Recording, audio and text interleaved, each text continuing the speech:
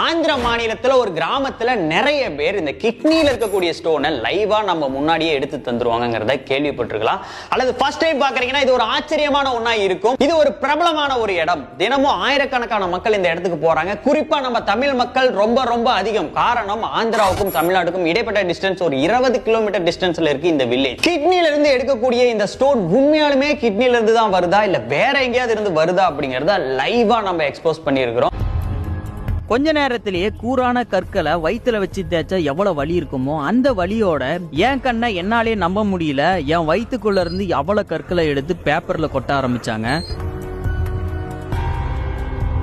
என்னை அறியாம எனக்கு கிட்னி ஸ்டோனே இல்லாம என் கிட்னில இருந்து எப்படி இவ்வளவு கற்கள் வந்ததுன்னு ஒரே குழப்பத்துல இருந்தேன். நல்லா கவனிச்சீங்கன்னா தெரியும், அந்த அம்மாவோட இடது கையால இடுப்புல இருந்து எதையோ எடுப்பாங்க.